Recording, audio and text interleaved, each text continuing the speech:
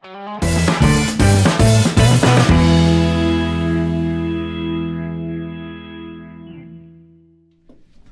amigos do Portal da Holanda, seja bem-vindo a mais uma edição do Jack Entrevista. Olha, eu tenho a felicidade de receber hoje aqui o José Aparecido, que é o secretário de Estado responsável pela CEPRO. Nós vamos falar sobre o setor primário, nós vamos falar sobre essa coisa do agro é tech, agro é pop, agro é tudo, e a gente vai conhecer muito mais sobre tudo isso. Secretário, seja bem-vindo, obrigado por ter atendido o nosso convite. Muito obrigado, Jack. Bom dia a todas e a todos os internautas do Amazonas e do Brasil, porque eu sei que tem gente do Brasil inteiro aqui no maior portal da Amazônia, aqui no Portal da Holanda.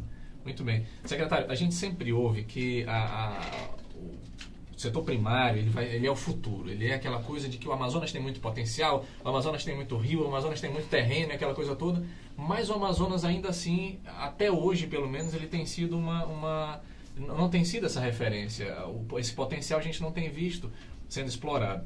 Fazendo essa consideração inicial, eu quero lhe perguntar o seguinte: como é que o senhor recebeu a CEPRO? Como está esse sistema de produção a nível de Estado?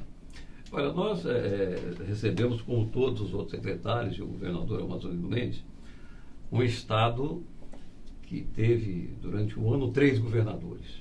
Portanto, a minha secretaria não foi diferente. Houveram 3 secretários, os departamentos tiveram mudança de 5, 6 até 10.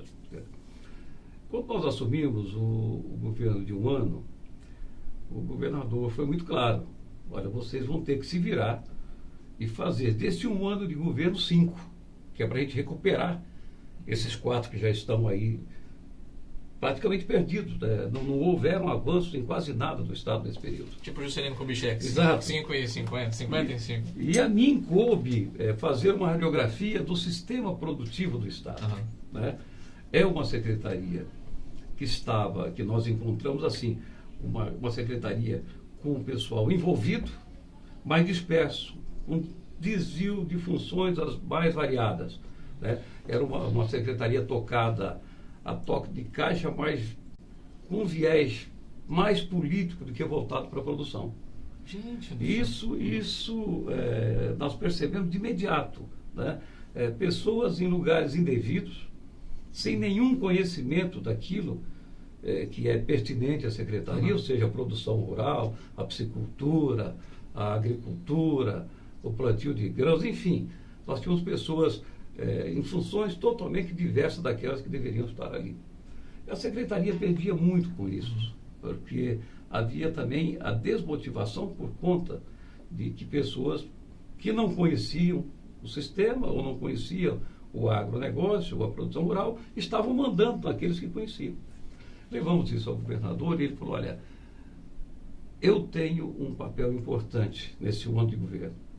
É arrumar a casa. Quando eu digo arrumar a casa, é o Estado como um todo. Uhum. E nesse setor, particularmente, eu quero prioridade. O setor de produção é o único setor que pode trazer empregos, que pode gerar emprego e renda nesse Estado. Uhum. Nós tivemos a fase áurea do nosso distrito industrial, e isso nos deixava muito acomodados para fazer compras de produtos de toda a natureza do Brasil e do mundo. Mas a crise por que passou o Brasil e também o distrito industrial nos fez ver que nós não podemos mais ficar comendo frango congelado produzido no Rio Grande do Sul e Santa Catarina em Erunepé, 40 dias, 60 dias depois. Nós temos que produzir e nós temos todas as condições de produzir. Eu tenho dito, e já o próprio governador também, quando lá atrás criou o terceiro ciclo, que infelizmente teve interrompido aquilo que se planejava para o futuro do agronegócio amazonense, nós temos um Estado, dizíamos, que é um país dentro do outro. Nós temos 1.548.000 quilômetros quadrados. Significa que nós somos 7 vezes maiores que o Estado de São Paulo. Praticamente o tamanho do Nordeste, né? De passagem. Agora, esse país, esse Estado-país, ele tem geografia propícia para tudo. Ele tem clima para tudo. Ele tem água para tudo. Ou seja, nós somos um país completo. Esse Estado é um país completo. Uhum. O que faltou foi o desenvolvimento. Foi alguém que tivesse essa visão de setor primário, que tivesse visão do agronegócio brasileiro para inserir o Amazonas nessa economia de Estado. O senhor falou, por exemplo, do terceiro ciclo. Eu lembro, eu era criança na época que o terceiro ciclo foi Significa que eu sou bem velho. E aí, eu lembro, ovo de codorna, soja, frango, e a gente comprava tudo lá eu sou de Carauari, né, que fica mais de 700 quilômetros daqui, ou seja, foi uma política de Estado que de fato alcançou lugares como, por exemplo, a minha cidade. Eu lembro dessa coisa da agitação que existia nesse sentido. E assim, quando isso deixou de acontecer, foi uma perda gigante para todos. Assim, a cidade parece que caiu numa espécie de depressão. E ali me fez despertar para o fato de que realmente essa parte do setor primário, ela tem tudo para dar certo. O senhor está me repetindo agora o que eu já tinha, eu já tinha esse sentimento. Mas assim, esse foi o único momento, o senhor como profissional da área, alguém que vive isso daí o tempo inteiro, esse foi o único momento realmente importante do agronegócio aqui no Amazonas? Não, o produto da terra, ele já, do Amazonas, particularmente, ele já foi a base de sustentação do Brasil até. Lá atrás, na época da guerra, quando os nordestinos do Ceará, do Rio Grande do Norte, do Pernambuco, vieram para o Amazonas, não vieram para Manaus, eles foram para essas regiões onde você disse agora. Carauari, Beirunepé, regiões longínquas para a produção da seringa. Sim. Viu naqueles grandes seringais. E aquilo era tão relevante à época que o retorno financeiro que ia para o governo central no Rio de Janeiro sustentava o Brasil praticamente. Os cafezais paulistas, eles foram financiados pelo dinheiro da borracha do Amazonas. Olha só. O aterro sanitário do Rio de Janeiro, a energia elétrica do Rio de Janeiro, foi bancada com o dinheiro da borracha do Amazonas. O que não houve foi a contrapartida na mesma proporção para o Amazonas. Do contrário, o Amazonas hoje não seria o Estado grande, ele seria o Estado maior, porque ele teria, a partir daquela época, feito investimentos em tecnologia, desenvolvido os seus próprios produtos, que nós chamamos hoje de produtos da agrofloresta, e hoje o Estado do Amazonas, com certeza, como nós dizemos aqui, está dando banho de cuia no Brasil.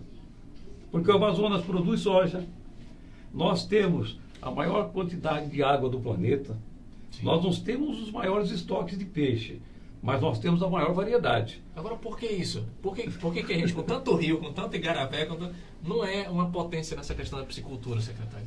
Ainda não, mas seremos, ainda não. Mas seremos em breve, e eu vou dizer por quê. Não é que eu seja assim, tão otimista, é porque as coisas são muito claras para o Brasil hoje. Quem segurou o Brasil em todas as crises foi o agronegócio brasileiro. Verdade. E vai continuar segurando, porque o sujeito pode não ter televisão daqui a pouco, ele tem um outro aparelho qualquer que vai ver imagem, ele pode colocar um telefone na mão, agora ele não vai comer chip nunca. Ele vai comer arroz, carne, feijão, salada, enfim. Então, o agronegócio é um negócio do mundo, mas ele é particularmente do Brasil. Nós somos especialistas no agronegócio. A tecnologia que o Brasil tem hoje, ela está muito avançada. E na questão do peixe, particularmente, nós não avançamos mais, não por conta dos nossos, ou culpa dos nossos piscicultores. A questão aí chama-se insumo.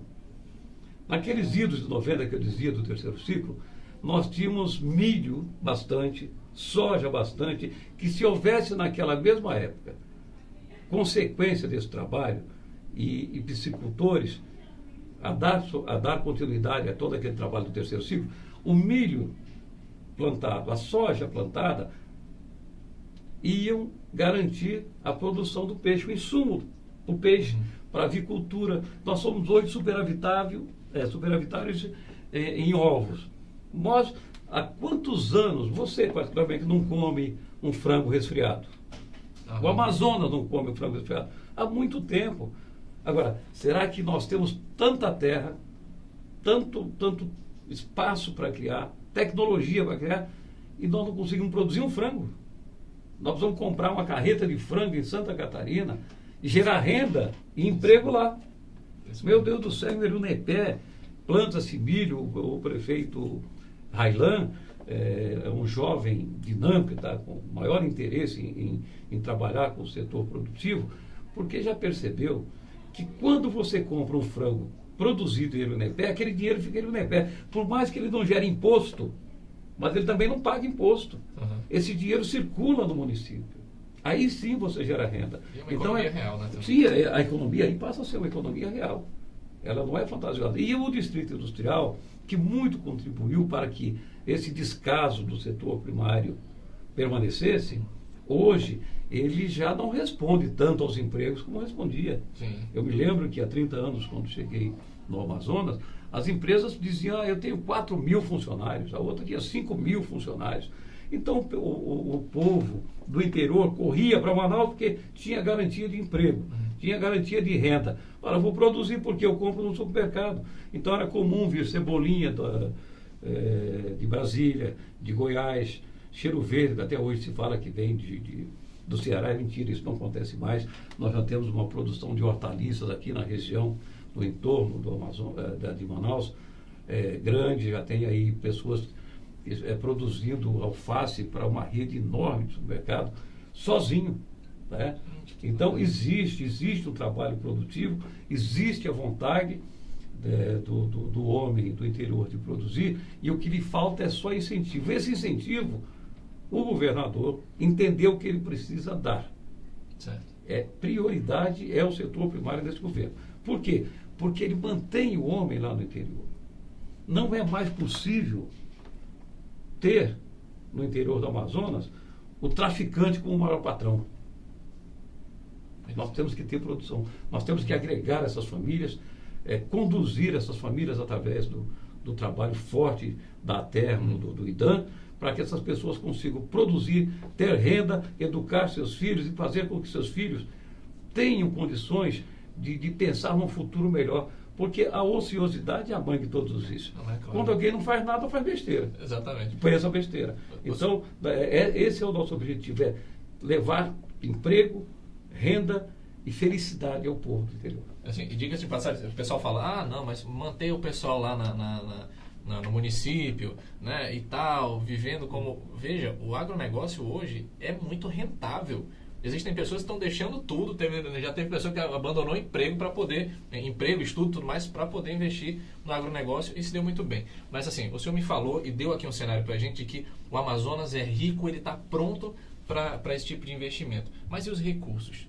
Porque assim, é um estado, como o senhor falou, continental, né? Tem recurso suficiente para a gente desenvolver uma política séria no que diz respeito ao agronegócio? Não tinha. Mas nós conversamos, fizemos um planejamento mínimo na secretaria para esse período.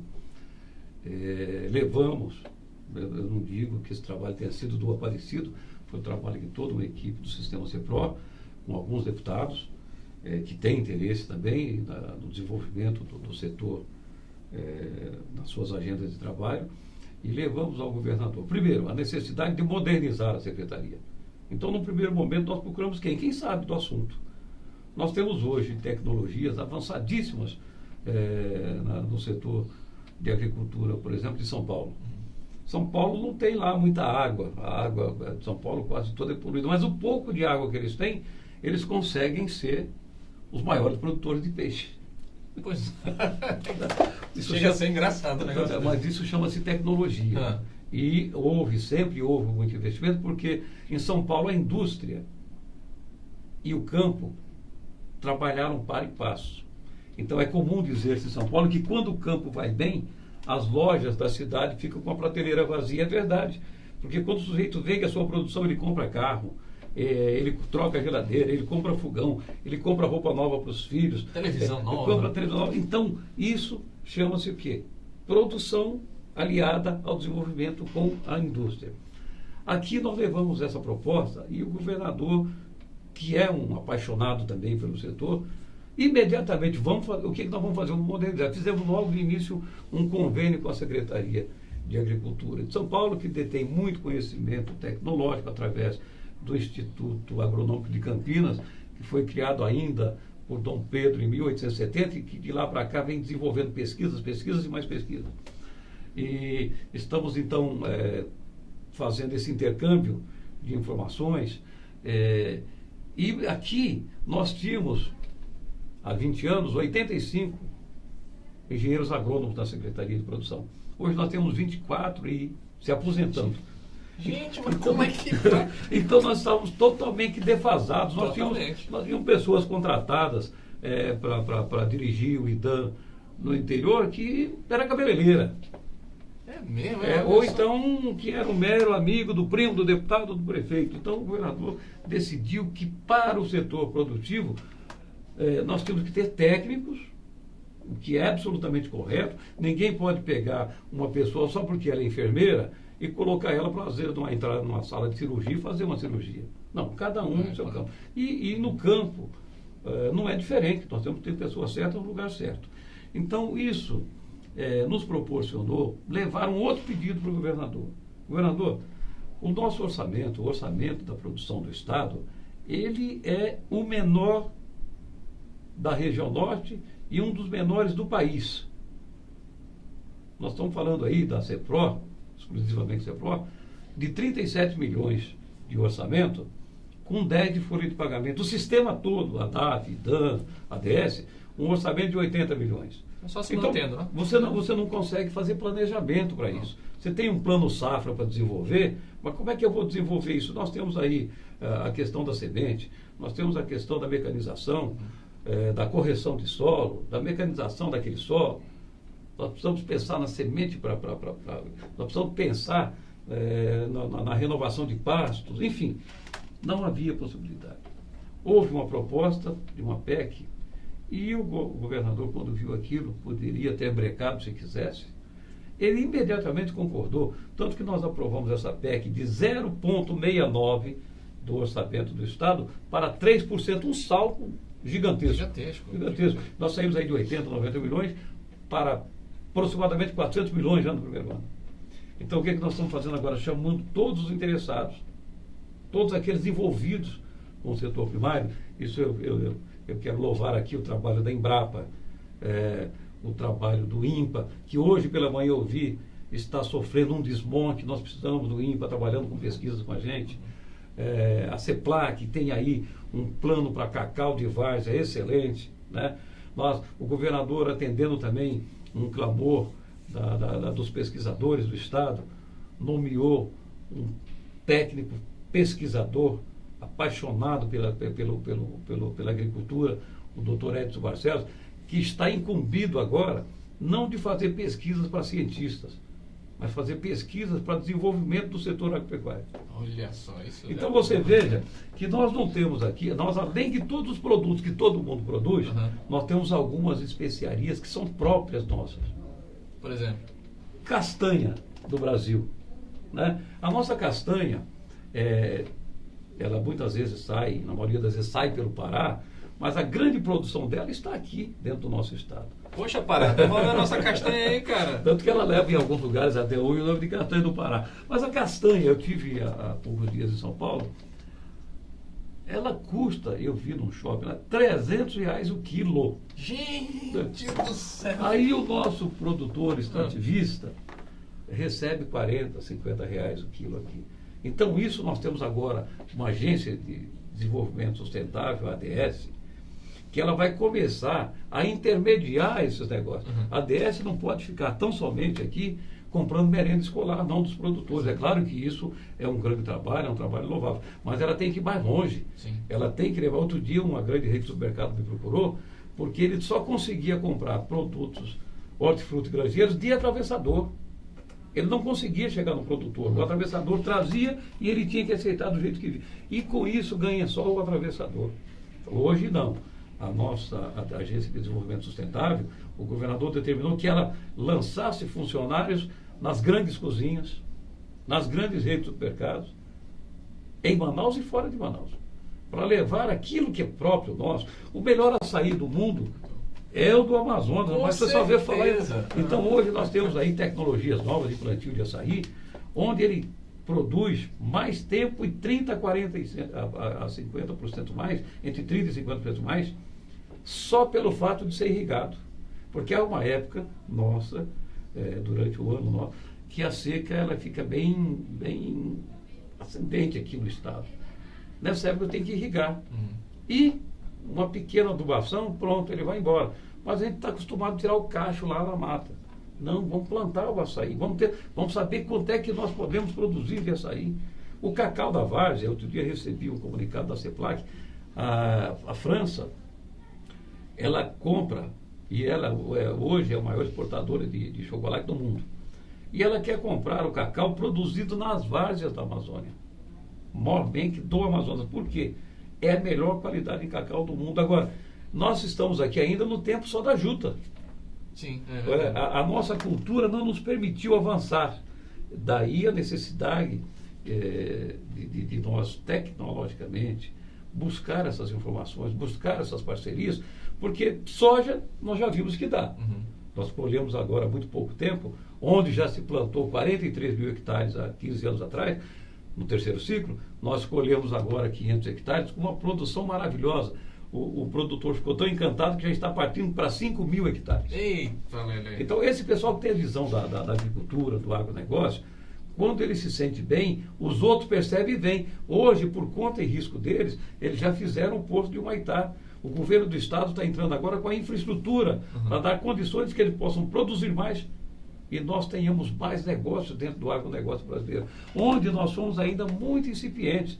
Mas em breve, eu te falei, nós teremos esse insumo de soja, de milho, não só para a avicultura. Nós temos produtores aqui, pertinho de Manaus, com 8 mil cabeças de porcos, que ninguém sabe. Sabe para quem que ele vende? Para a própria rede de supermercado dele. Ele agrega mais valor ainda. Por quê? Porque nós não temos ainda um frigorífico de abate de suínos. Nós estamos fazendo agora o primeiro frigorífico de abate de aves aqui na M10, um investidor local fazendo, ele só tinha até então ovos, mas havia aquele problema do descarte daquela galinha poeteira, onde o pessoal vai com aquele carro, compra e sai vendendo na rua como galinha caipira. Não é verdade, aquilo tem que passar por um processo. Então, nesse sentido, a DAF, que... Quer dizer que eu não comia galinha caipira, então? Nada, aquela galinha poeteira que não está botando mais, eles descartam, mas aquilo teria que ter um outro tratamento, inclusive com inspeção da DAF, da Agência de Defesa Animal, que hoje está aí no auge com essa erradicação da febre aftosa. Nós devemos falar disso mais adiante. Mas então, nós precisamos fazer esse frigorífico. Nós já trouxemos, estamos buscando mais. Você que não está aqui no Amazonas, você que é produtor rural, vem para cá. Aqui você tem garantia de terra, a Secretaria de Meio Ambiente está fazendo uma excelente parceria, nós estamos destravando aí uma série de documentações, de licenças, para que você consiga fazer o seu investimento e ter tranquilidade para trabalhar e ganhar. Porque o agronegócio é tudo. O agronegócio segura o Brasil e não é diferente no Amazonas. Então nós queremos que aquelas pessoas que tenham vontade de produzir, você que está aí no Paraná, você que falou comigo de Cascavel ontem, dizendo que estava pensando numa granja, venha, nós temos aqui terreno, nós temos acolhimento, nós temos incentivo e nós temos consumidores, aquilo que você precisa. Muito bem. Dá um tempo para eu beber uma água aqui. Quero aproveitar e agradecer a participação do pessoal que está aqui online com a gente, assistindo essa aula que a gente está recebendo aqui do Aparecido, que é secretário da CEPRO, homem que comanda aí todo esse sistema CEPRO, que é gigantesco, né, CEPRO? Muita gente. Como é que você consegue comandar tanta gente assim ao mesmo tempo, hein? Olha, nós temos aí, o Aparecido é né? E não fosse o IDAM, não fosse a DAF, não fosse a SEAB, não fosse o nosso querido Geraldo Bernardino, que é um dos homens mais conhecidos no setor de piscicultura do Brasil, não é do Amazonas, do Brasil. Outro dia eu fui a São Paulo para ver o Instituto de Pesca, e lá alguém, cadê o Geraldo Bernardino? Ele está lá em Manaus, está lá trabalhando. Mas é o cara que mais entende de peixe que eu conheço, me disse o doutor Luiz Airosa, presidente lá. Por quê? Porque, para quem não sabe, o amazonense que não sabe, o Geraldo Bernardino, ele é oriundo do IBAMA, mas está na Secretaria de Produção. Ele dirige hoje o setor de pesca da Secretaria, mas é um grande pesquisador também. E foi ele quem criou o tambacu, o cruzamento do híbrido pacu com tambaqui. É aquele que só tem costela, que é o bicho é grandão assim? Ele é grande, é muito gostoso, é muito vendido no sul do Brasil. Mas os chineses pegaram esse tambacu e hoje eles estão exportando a partir do conhecimento do Dr. Geraldo Bernardino, que está fazendo outras experiências, eu não vou falar aqui agora, porque ainda está... segredo. Ele está ainda fazendo os estudos, mas ele levou ao governador também um pleito de que nós temos na cadeia da piscicultura o engenheiro de pesca e o produtor. Na questão da agricultura, nós temos o engenheiro agrônomo, mas temos o técnico agrícola aqui no meio para dar assistência. Na piscicultura ainda não.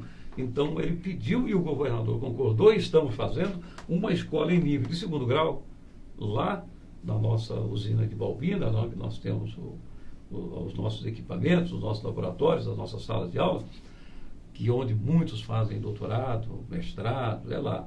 Mas nós vamos fazer sala de aula para trazer jovens de todo o interior do estado para fazer esse curso em nível de 2º grau e voltarem para a sua origem para auxiliar lá no seu município, lá na sua comunidade, a produção de peixe.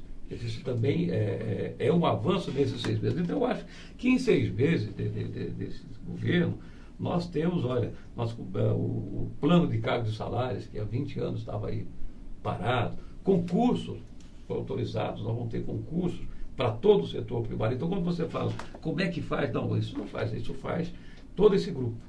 Todos empenhados, hoje, mais ou menos, distribuídos cada um no seu setor, o pessoal é apaixonado pelo que faz, eu estou aqui falando, mas nesse momento tem alguém da DAF fiscalizando e dando o credenciamento a uma queijaria lá em Altazes. Tem outro vacinando gado lá no Matupi. A propósito do Matupi, me deixou impressionado como a gente, dentro de um mesmo município, a gente encontra coisas tão diversas. Eu fui fazer uma visita a um laticínio que nós temos em Matupi, e no começo de novembro, e fiquei impressionado, porque quando eu vou com um avião, que nós vamos descer, nós descemos numa fazenda no Matupi com 5.000 cabeças de boi. Gente do céu. Eu falei, rapaz, tem isso aqui, nem eu sabia disso. E Matupi é um distrito de Manicoré, que está a 200 quilômetros da sede do município, mas totalmente voltado para o agronegócio. Totalmente voltado. Lá existe um laticínio que nós, inclusive, compramos produtos dele, que era ali preso. Porque como nós tínhamos o problema da erradicação da febre aftosa, o nosso gado não poderia ser vendido para fora do estado. Mas nem os nossos produtos lácteos também. Então ele produzia manteiga, ele produz manteiga, ele produz queijo mussarela, queijo coalho, leite, mas ele tem que vender tudo isso ali. Ou, se conseguir trazer para Manaus. Fora não pode. Por quê? Porque há 60 anos o Amazonas tinha o problema da erradicação da febre aftosa. Coisa que nós conseguimos, depois de um compromisso do governo do estado com o Ministério da Agricultura, onde foi inserido inclusive esse concurso, nós conseguimos receber essa certificação em dezembro, quando o ministro veio a Manaus trazer essa certificação de que o Amazonas está livre de aftosa. Show de bola. Então, ou seja, esse produtor agora já pode vender para outros não, lugares? Esses produtores agora já estão trazendo gado de fora e levando o gado para fora. Porque falando em gado, nós temos aqui uma das melhores carcaças de gado é do Amazonas. O melhor couro de gado do Brasil é do Amazonas. Sabe por quê? Por quê? No Amazonas não tem mosca, não tem berne. O couro do nosso gado é perfeito. Então nós já estamos conversando com o pessoal do Curtume aqui e com a indústria de calçados no sul do país. Vocês querem um couro bom? Vocês têm 2 couros bons no Amazonas. O do pirarucu, para bolsa, calçado, e o do gado, que é o melhor, você não perde nada do couro. Então, esse movimento do agronegócio, ele é muito amplo e ele é muito dinâmico. A cada dia tem uma coisa nova. Sim. Outro dia alguém me falou, mas que negócio é esse de cobra que apareceu na televisão? Não, cobra está inserida no agronegócio brasileiro, porque o veneno de cobra custa um absurdo, é como se fosse uma grama de ouro, que é levado a laboratórios fora do Brasil, especializados, para fazerem remédios, antídotos, remédios analgésicos para cirurgias, a partir deles. E quem é que tem cascavel? Quem é que tem surucucu? Quem é que tem coral? Não, Só gente. Então, nós somos um país privilegiado e o estado do Amazonas eu tenho certeza disso, se nas próximas gerações se der continuidade a essa produção, que não vejam, nós somos muito criticados porque nós temos que manter a floresta em pé, nós não podemos fazer isso, nós não podemos. Isso tudo é balela, minha gente. Isso é coisa de quem não tem o que fazer, que vai lá fora pegar dinheiro para fazer propaganda contra nós aqui.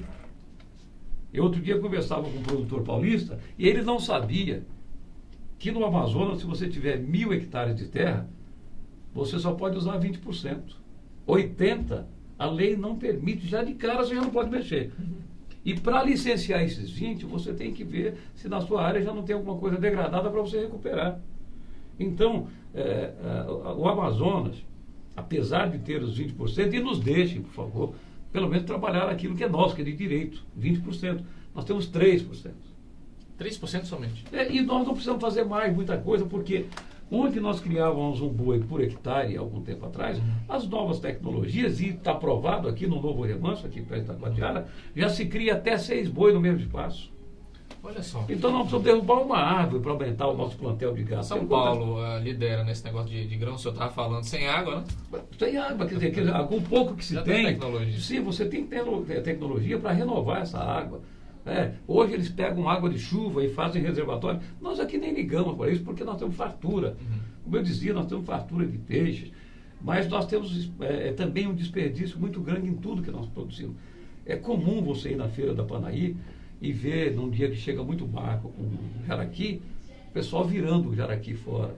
Hoje nós temos tecnologias e frigoríficos que nós podemos guardar esse peixe, fazer a polpa desse peixe, fazer hambúrguer desse peixe, vender para a merenda escolar do nosso estado e para fora do estado. Mas nós estamos jogando fora. Por quê? Porque não tem ninguém que ensinou para aquele pescador que aquilo, se ele botar no gelo, ou levar para o frigorífico. Aliás, eu quero dizer aos pescadores que o frigorífico que é do governo do estado estava na mão de terceiros, ele voltou para o estado e nós estamos dando uma ajeitada lá e nós podemos já estocar 400 toneladas de peixe. Uau. Para o nosso produtor. Porque o ano passado o estado pagou 5 milhões de reais para estocar peixe. Quando ele tinha o próprio frigorífico. Só que ele não sabia, estava na mão do terceiro que estava ganhando dinheiro com aquilo. Gente, quando a gente fala com quem sabe das coisas, é outra história. Olha, eu tô muito contente, Aparecido, pela você está me colocando aqui um cenário que é animador. Porque assim, a Zona Franca, ela vai acabar. Você queira ou não queira, tem prazo de validade. A gente torce que não, né? Que, enfim, isso gera empregos, aquela coisa toda. Mas se o Amazonas não tiver outra alternativa, o que nós vamos ter aí é essa fartura, por exemplo, que a gente vê, às vezes aí, essa coisa até do desperdício mesmo, daqui a pouco fazendo falta. E assim, o momento de fazer a diferença é agora. Eu oriento, inclusive, você que nos assiste, que nos acompanha, esse ano é um ano de eleição, e você peça compromisso dos candidatos no que diz respeito ao setor primário.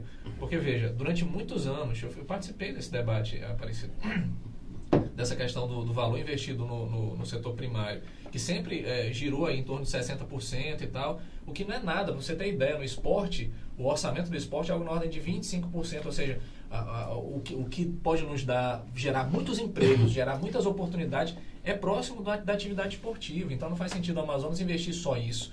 Então esse aumento para 3% é um grande ganho que o governador está trazendo para a gente, em parceria, como você falou, com todo o sistema CEPRO, com esses deputados se colocarem à disposição. É isso que nós esperamos, poxa. Porque de fato o setor primário ele tem tudo, absolutamente tudo, para ser para o Amazonas a redenção.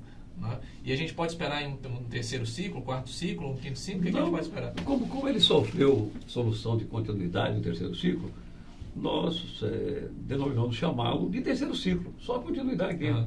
O que ele vai ter é continuidade, porque ele sofreu a solução de continuidade a partir de pensamentos divergentes questões políticas, né? Ninguém quer dar nome para os outros. Né? Mas, de toda sorte, quis Deus que o governador amazonino, que é um apaixonado, que é um homem do interior, portanto conhece o problema do interior, voltasse ao governo para voltar à atividade do terceiro ciclo. Então nós temos hoje, antes que chegue esse recurso da TEC, os 3%, nós não vamos ficar esperando. O nosso produtor não recebe semente há mais de 5 anos.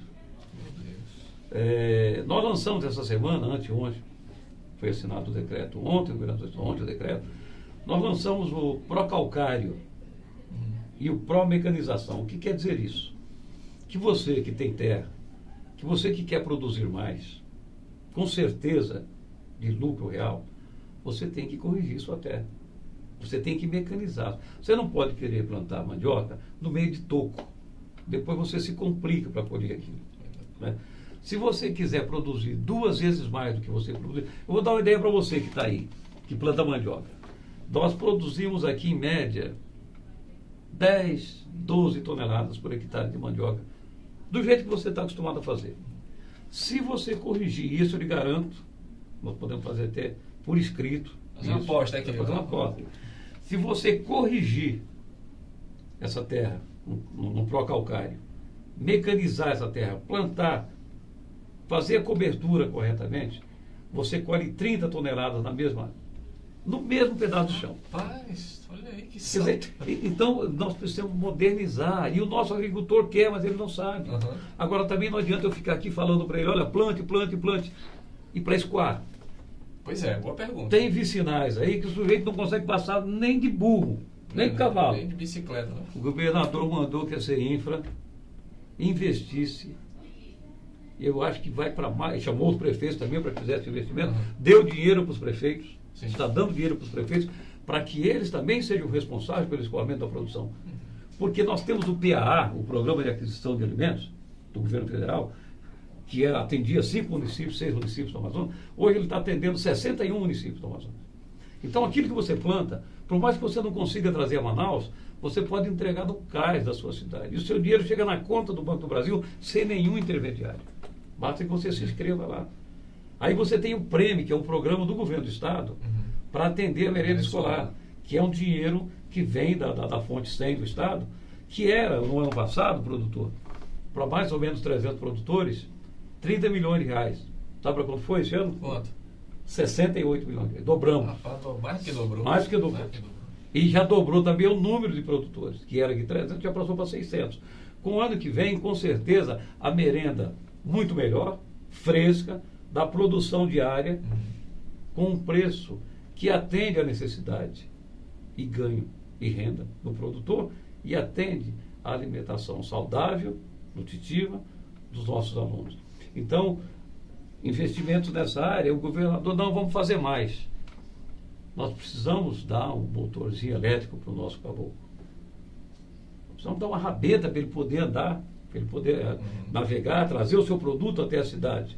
Então, o governador fez agora uma licitação, está entregando 80 milhões de reais em produtos e equipamentos para o nosso produtor, para o setor primário em todo o Estado. Isso não é para cá ou para lá, é para todo o Estado, né?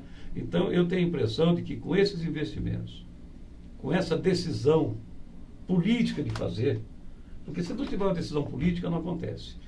Para isso é que nós estamos chamando todos os prefeitos, porque muito prefeito fica reclamando que o sujeito está lá na porta pedindo remédio, pedindo passagem, pedindo combustível. Gás. Prefeito, dê trabalho para ele.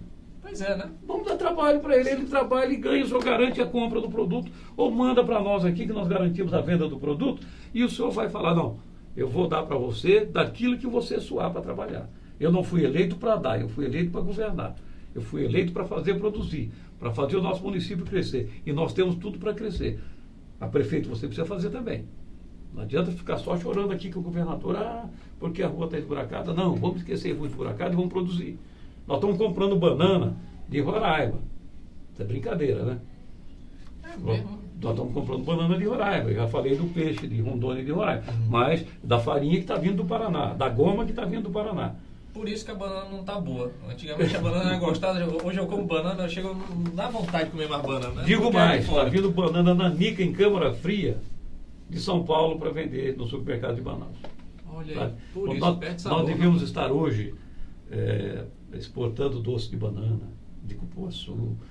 Mas tudo isso, gente, é um trabalho a ser feito e ele não vai ser feito nesse 1 ano de governo. Mas, se Deus quiser, e com a ajuda de vocês, porque, como disse o Jack, você vai votar. Você tem candidatos. Procura ouvir o teu candidato, se ele vai falar disso, do setor primário. Porque essa questão do setor primário não é uma assertiva do Amazonas, não. É do Brasil. O Brasil, o candidato a presidente da República hoje, que não perceber isso, com certeza vai ter diminuído a sua votação. Porque 76% nós tivemos acesso a uma pesquisa, 76% da população brasileira da classe A e B veem no agronegócio o negócio do Brasil. Agora, é preciso também que o grande pecuarista, o pequeno produtor e o grande produtor se unam, sejam solidários, para defender o nosso negócio. Porque a partir de algum tempo, uma montadora de automóveis começou a fazer uma propaganda em rede de televisão, e aí o pessoal começou a perceber que agro é bom, que agro é tech, não é isso que a gente ouve? Isso a gente ouve porque uma empresa que é da área de mecanização começou a mostrar para o brasileiro a plantação de milho, a plantação de arroz, a plantação de feijão, a piscicultura, a pesca marítima, a pesca de rios, a piscicultura de tanques. E aí o brasileiro percebeu hoje, peraí, eu tomo café de manhã, mas alguém levantou mais cedo que eu para fazer isso. Exatamente. Alguém plantou lá na roça um pé de café, alguém tirou leite numa vaquinha, alguém fez queijo desse leite, fez manteiga desse leite. Então, nós sustentamos o país. Então, nós temos que ter respeito, nós temos que ter dignidade, nós temos que ter ganho e nós temos que ter futuro para as nossas futuras gerações. Plantando, colhendo, com sustentabilidade, com rentabilidade, mas principalmente com responsabilidade para que as futuras gerações possam continuar recebendo tudo isso que Deus nos dá. Muito bem. Senhoras e senhores, eu tive hoje aqui José Aparecido, ele que comanda o sistema CEPROR aí, e se Deus quiser, minha torcida, a torcida dos amazonenses, é que essa tua paixão ela se converta em grandes ganhos para o Estado nesse sentido. Eu sonho com o dia em que o Amazonas ele vai ser reconhecido pela sua pujança nessa questão do setor primário. E como você falou, tem muita coisa boa para ser feita, o Estado está pronto para isso daí. E eu aproveito essa oportunidade para deixar disponível para que você possa despedir e fazer alguma consideração final. Olha, eu estou muito contente, muito feliz de ter vindo, porque eu sei que esse portal ele é visto no país inteiro. Aqui, então, todo mundo olha toda hora o portal do Holanda, né? E sei que estou falando para muita gente, eu não estou falando para meia dúzia de pessoas, não. Eu quero pedir àquele que nos ouve, àquela que nos ouve, que apoie esse movimento de produção rural. Eu quero pedir àquele investidor que não sabe bem o que fazer. Aqui no nosso estado, nós temos pessoas aqui, eu falei outro dia com um investidor, ele viu uma produção de peixe em gaiola no Rio Urubu, falou, nossa, dá isso ali. Eu falei, olha, a pessoa que está lá está tirando 450 toneladas de matrincha esse ano e vendendo a R$8, R$9 o quilo. Né? E ele falou, mas Aparecido, eu tenho 11 mil hectares de terra lá, com 5 quilômetros de frente. Eu falei, olha, ele tem 300 metros de frente só. Você imagina o que você pode fazer. Então nós temos aqui, olha, um leque de opções, investidor. Você que costuma construir prédio para alugar, você está vendo que não está alugando, né? Pega aquela propriedade que você só usa para final de semana, para passear, para levar os amigos para o churrasco. Pegue o teu caseiro e coloque para plantar alface para você comer durante a semana. Aí você vai sentir gosto pelo negócio. Cria lá um peixinho para você comer, saber que aquilo ali não tem contaminação, que aquilo ali não tem hormônio, foi você que criou. E aí, de repente, você vai ver que esse é um grande negócio. O negócio do Brasil é o agronegócio. E o Amazonas tem que estar inserido nessa economia e mostrar a sua força. Nós somos um grande país dentro de um país. Vamos agir como tal. Muito bem. Muito obrigado a todos. Eu na Ford aqui para dizer que agro é pop, agro é tudo. Agradecer a você. Compartilhe essa live, compartilhe essa entrevista para que mais pessoas possam ter essa dimensão aí da importância desse setor e do trabalho que a CEPROR realiza no Amazonas atualmente. Para você que nos acompanhou, muito obrigado por sua audiência, pelo seu prestígio e aguardamos você numa próxima oportunidade. Um grande abraço e até lá.